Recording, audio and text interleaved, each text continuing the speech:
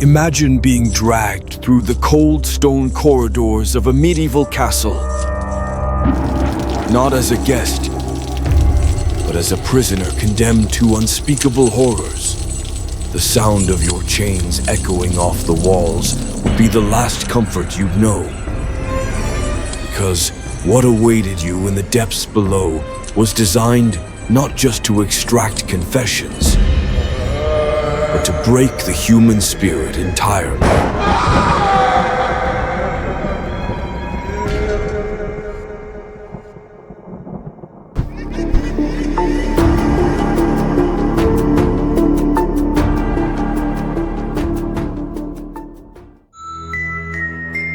Welcome back to Historical Nightmare.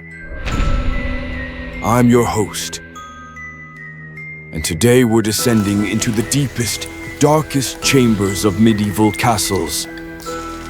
Places where torture wasn't just punishment. It was an art form perfected over centuries of human cruelty.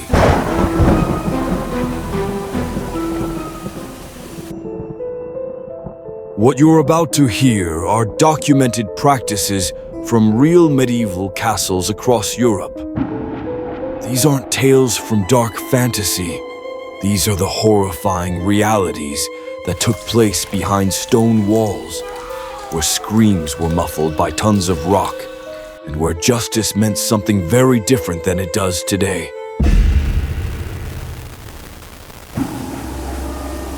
Medieval castle dungeons weren't accidents of architecture. They were deliberately designed chambers of horror.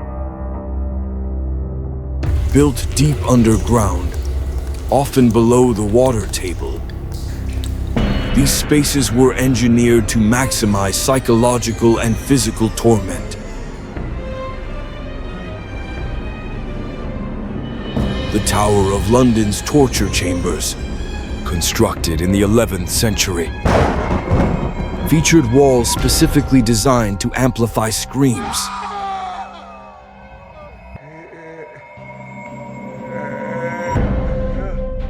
The curved stone surfaces would echo every cry of pain back at the victim, creating a cacophony of their own suffering that would drive many to madness before the physical torture even began.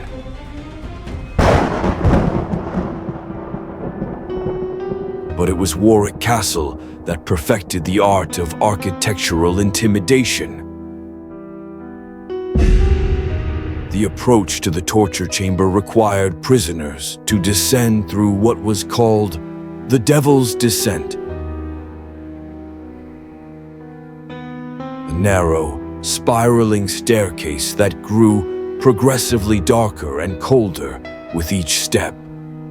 By the time prisoners reached the bottom, they were already broken by terror of what lay ahead. The chambers themselves were living nightmares of medieval engineering. At the Tower of London, the walls were built with rough stone surfaces that would scrape and tear skin when prisoners were dragged against them. The dampness seeped into everything, creating an atmosphere of decay and despair that broke spirits before torture even began.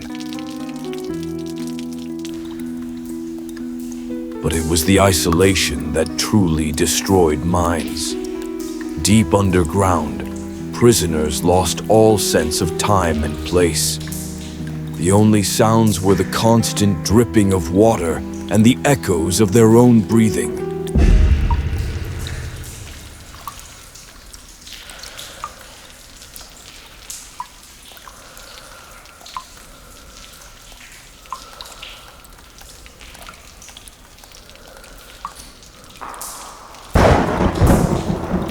This sensory deprivation, documented in medieval chronicles, could drive prisoners to madness within days. The chambers at various castles were positioned strategically, some below the high tide line where they would partially flood. others near the castle's waste systems, where the stench would be overwhelming. These weren't accidents of construction, but deliberate choices to maximize psychological pressure on prisoners. Medieval chroniclers wrote of prisoners who would confess immediately upon seeing these chambers before any physical torture began. The reputation alone was often enough to break resistance, because everyone knew that once you descended into these depths, few emerged with their sanity intact. Medieval torture devices weren't crude instruments of random violence. They were precision tools crafted by skilled blacksmiths. The goal was confession, and confession required keeping victims conscious and capable of speech for as long as possible. The rack, first introduced at the Tower of London in 1420, was considered the pinnacle of torture technology. What made it truly horrifying wasn't just the stretching, it was the psychological torture of anticipation. Victims would be strapped to the rack and left for hours, listening to others being tortured nearby. When the torture finally began, the rack worked slowly. Contemporary accounts describe how experienced operators could dislocate joints without causing immediate death. Records from the tower show that sessions could last several hours, with victims sometimes confessing simply to end the anticipation. The thumbscrew, brought to England from Scotland in the late 16th century, was designed based on medieval understanding of pain. The hands contained dense nerve networks, making even slight pressure excruciating. A single turn could generate agony that would make victims agree to anything. The scavenger's daughter, invented at the Tower of London, worked opposite to the rack. Instead of stretching the body, it compressed victims into a tight sitting position. Contemporary accounts describe how this compression caused internal injuries and made breathing difficult, leading to rapid confessions. Water torture was documented extensively during the Spanish Inquisition. A cloth placed over the victim's face would create the sensation of drowning when water was poured over it. This technique could be repeated multiple times without causing death, making it particularly effective for extracting confessions. Inquisition records from Toledo show detailed descriptions of these methods, revealing how medieval torturers had developed systematic approaches to breaking human resistance through carefully applied suffering.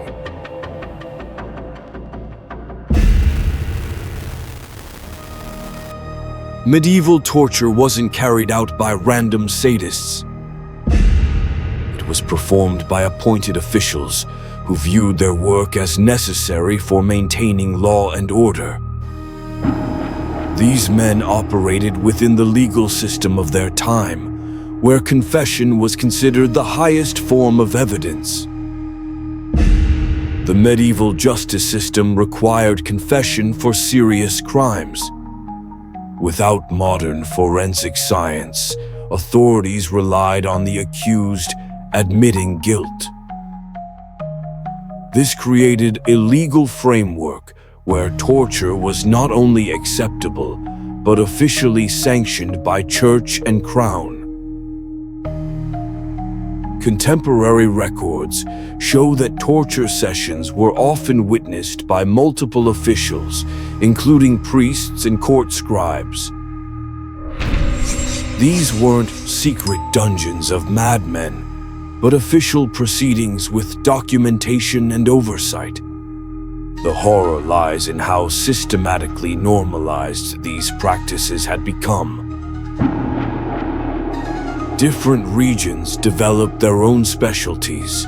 The Spanish Inquisition, established in 1478, created detailed manuals describing proper torture procedures.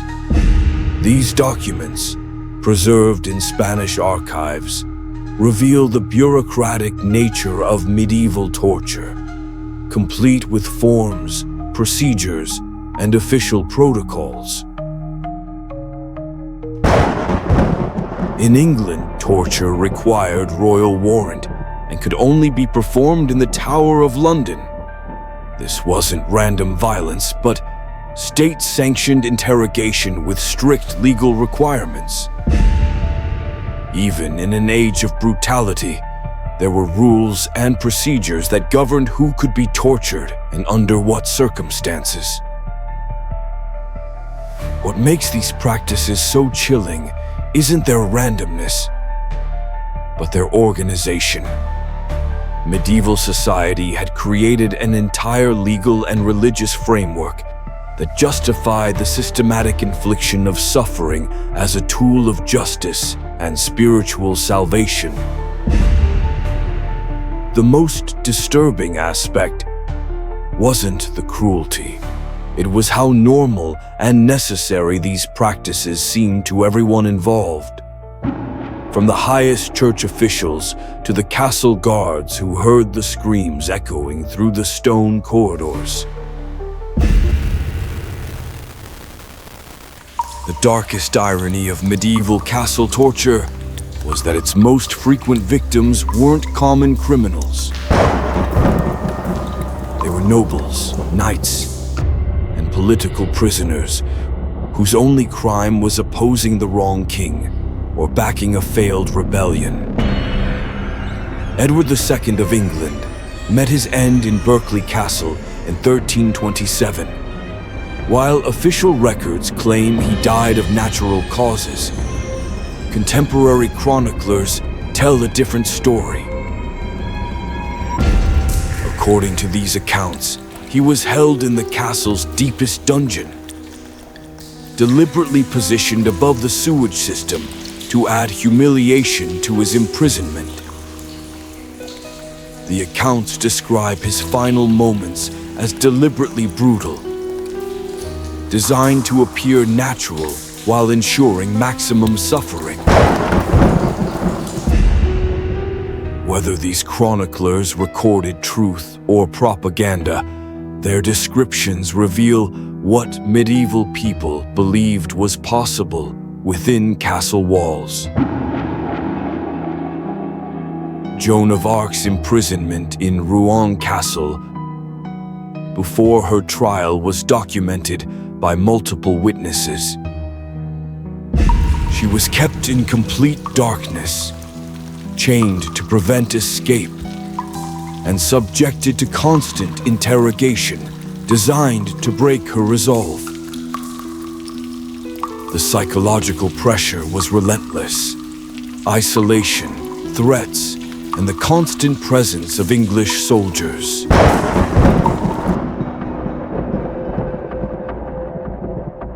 At the Tower of London, political prisoners faced what contemporary accounts called graduated persuasion.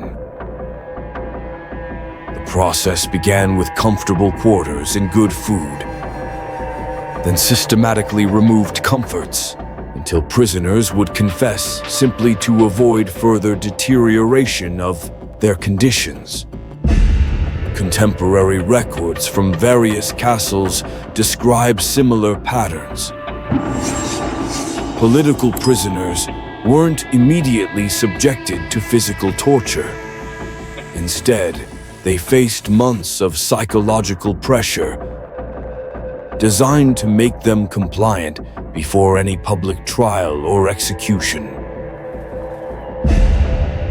Roger Mortimer, who spent over 2 years in the Tower of London, wrote detailed accounts of his imprisonment after his eventual escape. His descriptions of isolation, limited family contact, and constant uncertainty about his fate provide genuine historical insight into the psychological torture of political prisoners. The goal wasn't just confession, it was complete political submission. Broken nobles made better examples than martyred heroes, so castle imprisonment became a tool of political control as much as punishment.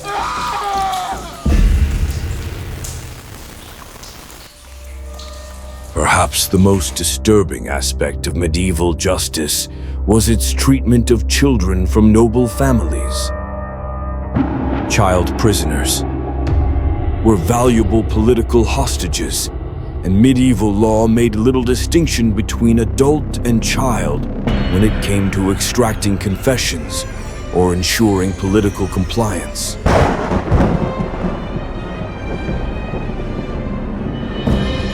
The princes in the Tower, Edward V and his brother Richard, disappeared in the Tower of London in 1483. While their ultimate fate remains one of history's greatest mysteries, contemporary accounts describe their treatment before the disappearance. They were isolated from all familiar faces and subjected to constant uncertainty about their fate and legitimacy. Contemporary records from various castles show that child prisoners faced primarily psychological pressure rather than physical torture. They were isolated from family, told false information about their parents' fate, and subjected to constant threats about what would happen if they didn't comply with their captors' demands. The effectiveness of these psychological techniques on children was well understood by medieval authorities. Children were more susceptible to threats about their families, more easily convinced that cooperation was their only hope of survival, and more likely to break under the pressure of isolation and uncertainty. Historical records from English and French castles show that child hostages were often kept in conditions designed to maintain their health while breaking their will. They were valuable political assets, so physical harm was avoided in favor of psychological manipulation that would make them compliant political tools. The most tragic aspect wasn't the physical conditions, but the psychological transformation. Contemporary accounts describe child prisoners who, after months or years of captivity, would defend their captors and denounce their own families. This systematic psychological manipulation created broken children who served their captors' political purposes. The medieval world viewed children through a different lens than we do today. They were political assets, potential threats, and bargaining chips in the complex web of feudal politics that governed medieval society. The torture chambers of medieval castles weren't the work of madmen. They were systematic institutions designed and perfected over centuries. What makes them truly terrifying is how normal they seem to everyone involved. Today, these same castles are tourist attractions filled with laughing children and gift shops selling toy swords. But the stone walls remember. Every corridor you walk through, every chamber you admire, once echoed with human screams.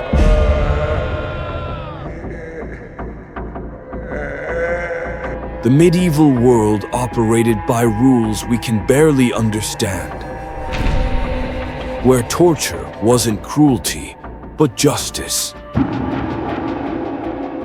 Understanding this history reminds us how far we've come, and how quickly civilization's safeguards can disappear.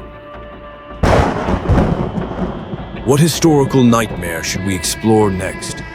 Let me know in the comments, and I'll see you in the next episode of Historical Nightmare.